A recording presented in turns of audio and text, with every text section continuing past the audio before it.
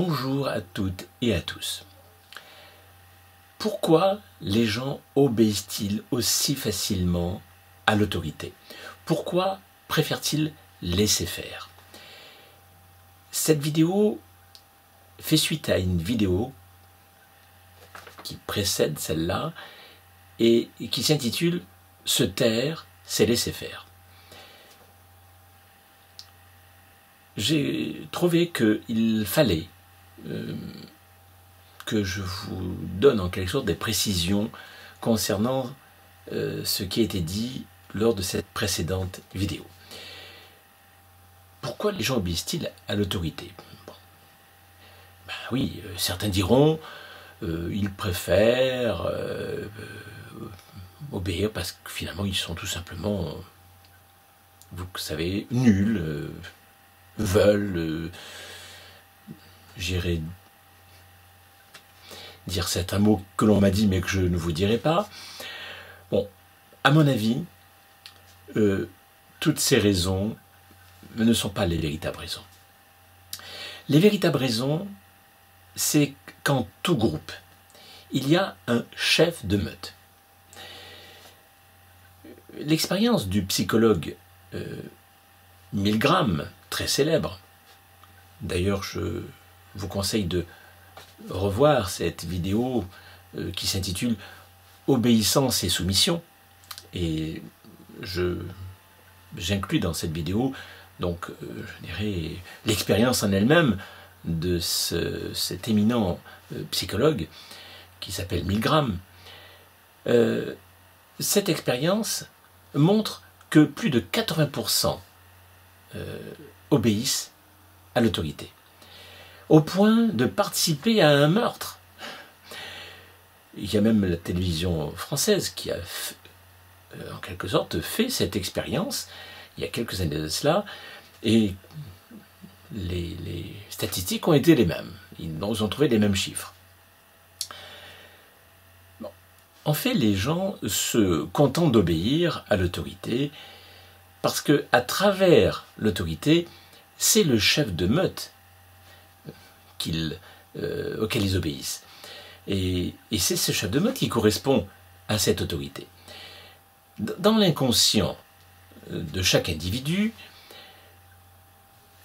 obéir au chef de meute, c'est l'équivalent à obéir à la force physique, obéir au pouvoir établi, à tout ce qui caractérise le pouvoir.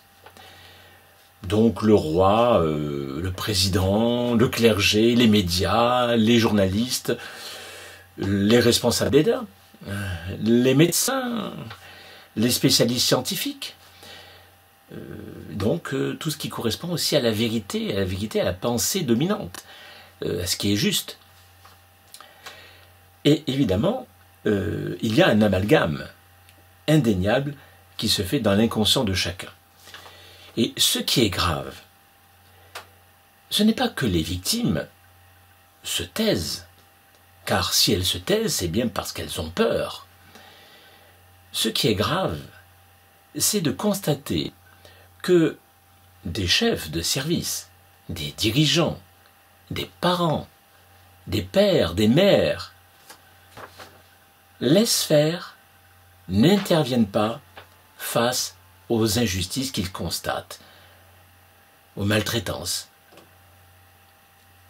et donc à tous les sévices que l'on peut même commettre sur les enfants ou sur tout simplement les faibles et sur des personnes qui en quelque sorte ne sont pas particulièrement prédateurs.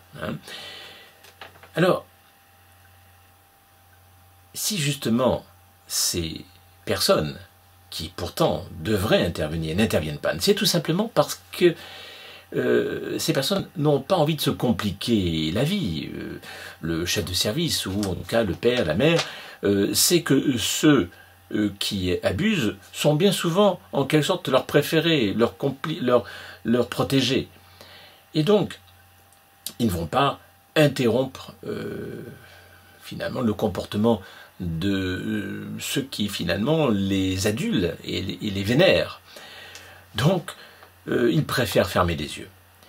Et donc, tant qu'il n'y a pas de conflit majeur, tant qu'il n'y a pas de guerre, de révolution, tant qu'il n'y a pas réellement, je dirais, d'agression, de conflits particulièrement violents, eh bien, il laisse faire. Et je crois que le vrai problème, c'est que les gens obéissent et laissent faire,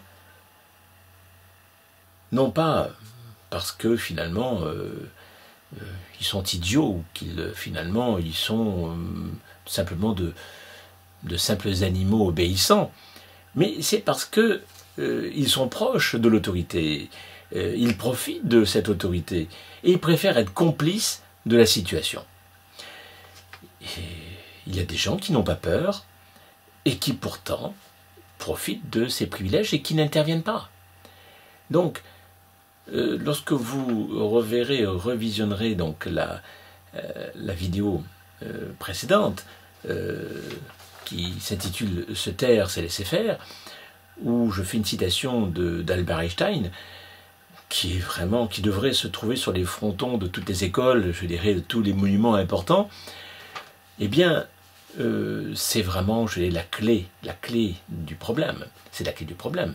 Parce qu'en temps de paix, si nous ne sommes pas capables donc d'agir avec un minimum de justice, d'équité, et si finalement ceux qui ne sont pas des victimes, justement, ne disent rien, laissent faire, ne se contentent d'obéir bêtement, il est évident que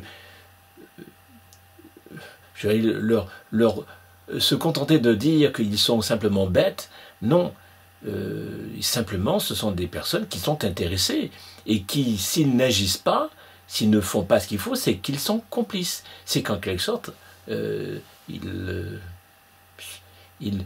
agissent finalement d'une manière particulièrement nuisible, qui est pourtant condamnée par, je dirais, la justice, en principe, hein, c'est-à-dire ne pas apporter assistance à personne en danger.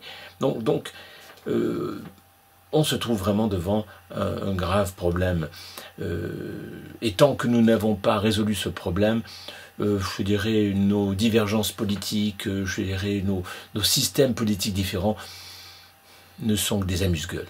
Hein, parce que, quel que soit le système, de toute manière, si vraiment l'être humain est à un aussi bas niveau de conscience, il n'y a qu'à regarder l'histoire. Hein, quel que soit le système politique, c'est avant tout, je dirais, le niveau de conscience, le niveau de l'évolution, au niveau des mœurs, le niveau de moralité qui va avoir, je dirais, un effet sur finalement la manière dont les gens se comportent dans la vie.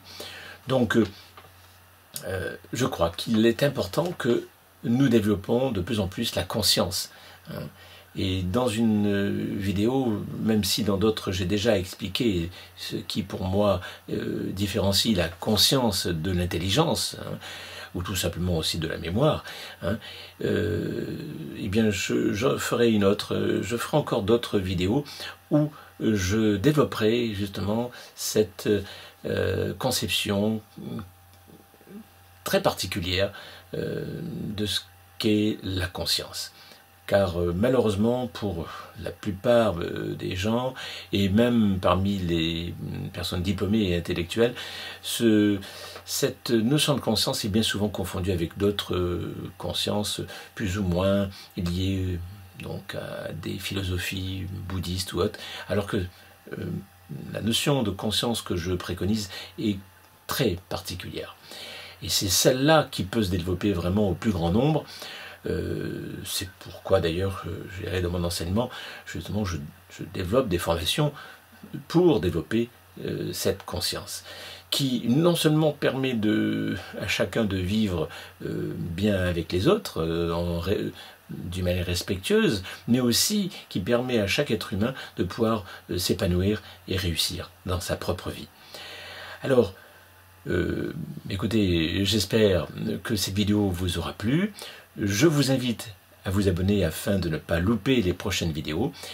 Si vous voulez aller plus loin, je vous mets quelques liens ci-dessous. Je vous remercie bien sûr de partager cette vidéo si elle vous a plu. Je serai heureux bien sûr de recevoir votre point de vue sur les questions que j'aborde dans les vidéos. pensez à vous abonner à ma chaîne et à me suivre sur Facebook, Twitter et Google+. À bientôt.